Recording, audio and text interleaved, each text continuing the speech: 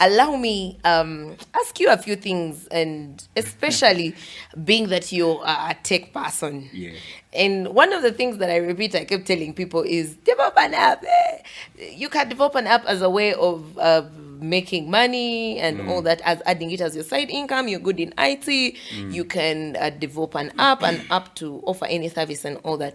And I know you've had an experience from what you spoke about on developing apps, some which you could have implemented or maybe sold out. Okay. For a normal Ugandan, what does it take to develop an app? Wow, that is a very interesting question.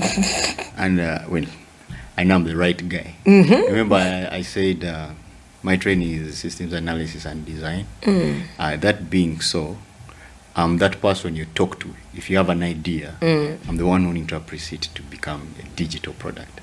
So what it takes, one is the technical knowledge on what you want to put out there. So most times I always tell people, if someone comes and says, I want to do an app for maybe market vendors, my question would be, are you in that line of business? Because that speaks a lot to how the app notations will be. Because if someone just has a passion but doesn't understand the business, it's going to be a very tough chance to take regarding building a product. Or else you just see yourself changing one app notation to another. And I always advise, are you well versed with that business you want to digitize? And once you do that, the other thing is, are you ready to spend a little bit more regarding maintaining? You know, someone will tell you, I spend about 1 million to just keep servers running. 1 million Ugandan shillings, US dollars. 1 million Ugandan shillings to keep my servers running. And that is like a bare That's minimum. like on a month? Yeah, per month. And someone say, are you ready for such expenses? Because sometimes people might not understand some of these costs. You have to break them down and say, hey, look, you might have a product, but these are the operational costs for you to have it running for everyone else to use. And once you share all that, definitely all you need is just a proper sitting, and then so with 3 million shillings I can have my app run? You can have an app running. With 3 million shillings? You can have an app built for you. But it depends on what kind of app. Yes. So what I can say is 3 million is really low. It would be like a website of some sort.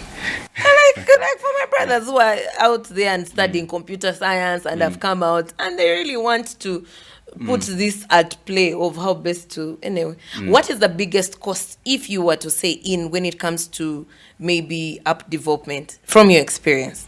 That is too specific. What I can say is, of course, in development, it comes with one, the team that you're going to have to build. Now, that's what influences the rest of the expenses. Yes, because the kind of experts you have are the ones that are going to determine how much you're going to spend. If you have quack people, someone can tell you. The basic example I can use is a basic website. Someone can tell you, 500, I can build one for you. Another person will say, no, if you don't have 3 million, I'm not moving a finger.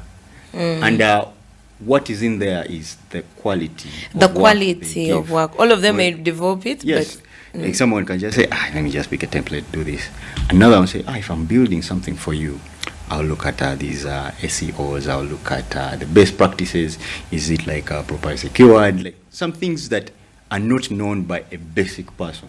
So by the time you say, I want this person to build this application for me, and whatever they are providing, if it's not listed, you should be in position to say, maybe this is too cheap and it's a high risk, and I'll have a low reward. And maybe with this one, I'll risk it, but whatever is going to give is probably I'm going to get maximum value of my money. Of my money. Yes. Yeah, because I we deal, especially this being a business hub podcast, Yes. our intention or our focus is dealing with the people that are in business out there and how best they can incorporate technology into operations. into their operations. So for a person that has a product and they really want to build up maybe an app that gets their product out there, is that something that you do as Dennis or as your entity, or you have to point them somewhere else? We have to point them somewhere else. So as Dennis, I do build, but the thing about building, you're not alone. Yes. It's like a house. It is structured like a bell shape. There is someone to oversee, and below there are different teams of people that are offering the service. First, we send them to Dennis. Then Yes. Dennis works with his team. Yes, actually, most people mess Sorry. it up when they choose to talk to the last mile person, like the developer themselves. You know, the difference between a person who oversees a product and the person who is like really implementing is here. Now, whenever you get a chance to ask a developer, how is this product going? How soon can I have it ready? In mind, it will be, I still have to build this component. I don't have this module ready. Now, for them, their answer is picked off what they have to do. Forgetting the other things that are The other involved side, till yeah. the top. Yes. So you're better off starting from the You'd top. rather deal with the top. And The Dennis. Yes. Okay. Then they push this information Down, down and okay. then squeeze any juice out of the developer to get the job done.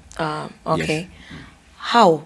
Now, as Dennis, because I know you've had an experience in app development and all that, either on a personal a basis or under an entity. Yes. Have you developed apps that have failed along the way?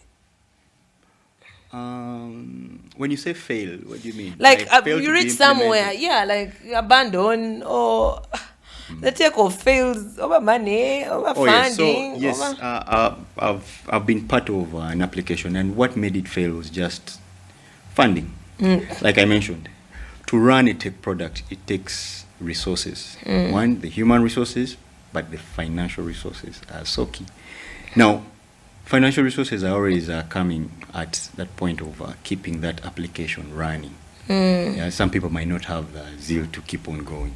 If someone gets a budget of about 5 million a month to keep a product running, and yet you're not seeing money coming in to fit that bill, you definitely have to rethink. Maybe my model is poor. I have to re-strategize and see how best I can push this product. That's why you see most of the products out there are always stuck in that grant status, and they're always seeking funding, because some elements for them to be viable and the public using them requires a certain kind of traction, in that like there are so many users that are fitting into the product that it is self-sustainable. And it takes a while. You won't build it today and you're like, you know what, maybe after a month I'll be good for it. It will take you 2-3 years. But the good thing about technology is it can span at any time. You remember before the pandemic, how as we were so much used to Skype,